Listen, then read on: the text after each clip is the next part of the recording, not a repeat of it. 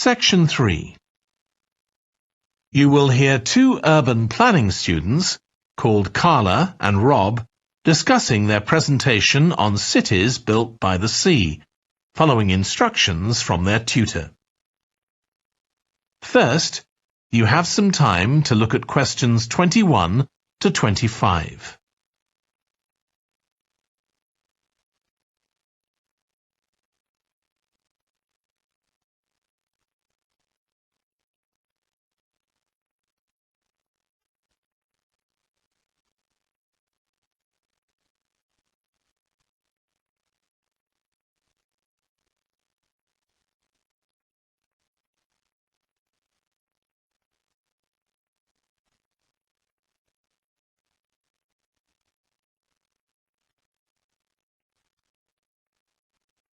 Now listen carefully and answer questions 21 to 25. Okay, so what I'd like you to do now is to talk to your partner about your presentations on urban planning. You should have done most of the reading now, so I'd like you to share your ideas and talk about the structure of your presentation and what you need to do next. OK, Rob, I'm glad we chose quite a specific topic, cities built next to the sea. It made it much easier to find relevant information. Yeah, and cities are growing so quickly. I mean, we know that more than half the world's population lives in cities now. Yeah, though that's all cities, not just ones on the coast. But most of the biggest cities are actually built by the sea. I'd not realised that before. Nor me. And what's more, a lot of them are built at places where rivers come out into the sea, but apparently this can be a problem. Why? Well, as the city expands, agriculture and industry tend to spread further inland along the rivers, and so agriculture moves even further inland up the river. That's not necessarily a problem, except it means more and more pollutants are discharged into the rivers. So these are brought downstream to the cities? Right. Did you read that article about Miami on the east coast of the USA? No.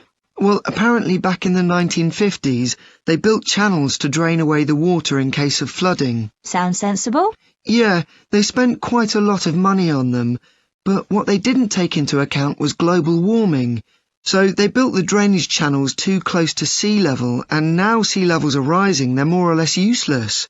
If there's a lot of rain, the water can't run away. There's nowhere for it to go. The whole design was faulty. So what are the authorities doing about it now? I don't know. I did read that they're aiming to stop disposing of wastewater into the ocean over the next 10 years. But that won't help with flood prevention now, will it? No, really, they just need to find the money for something to replace the drainage channels in order to protect against flooding now. But in the long term, they need to consider the whole ecosystem. Right. Really, though, coastal cities can't deal with their problems on their own, can they? I mean, they've got to start acting together at an international level instead of just doing their own thing. Absolutely. The thing is, everyone knows what the problems are, and environmentalists have a pretty good idea of what we should be doing about them, so they should be able to work together to some extent. But it's going to be a long time before countries come to a decision on what principles they're prepared to abide by. Yeah, if they ever do. Before you hear the rest of the discussion, you have some time to look at questions 26 to 30.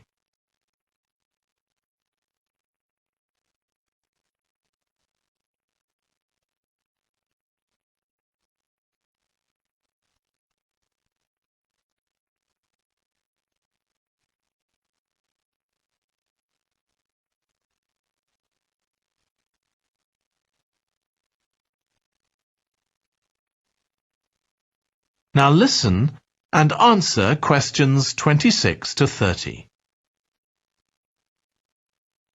So, I think we've probably got enough for our presentation. It's only 15 minutes. OK, so I suppose we'll begin with some general historical background about why coastal cities were established.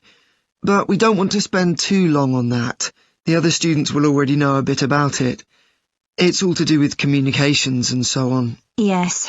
We should mention some geographical factors, things like wetlands and river estuaries and coastal erosion and so on.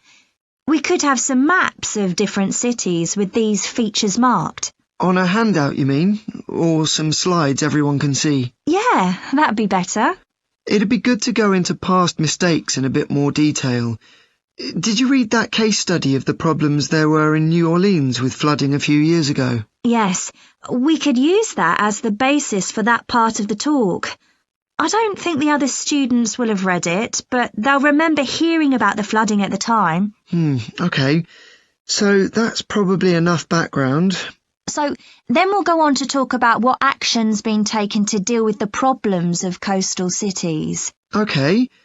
What else do we need to talk about?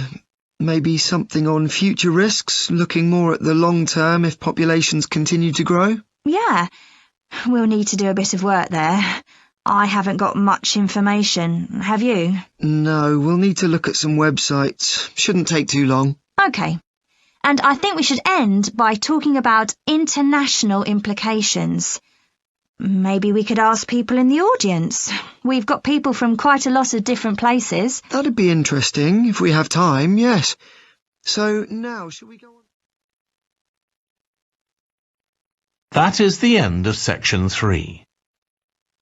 You now have half a minute to check your answers.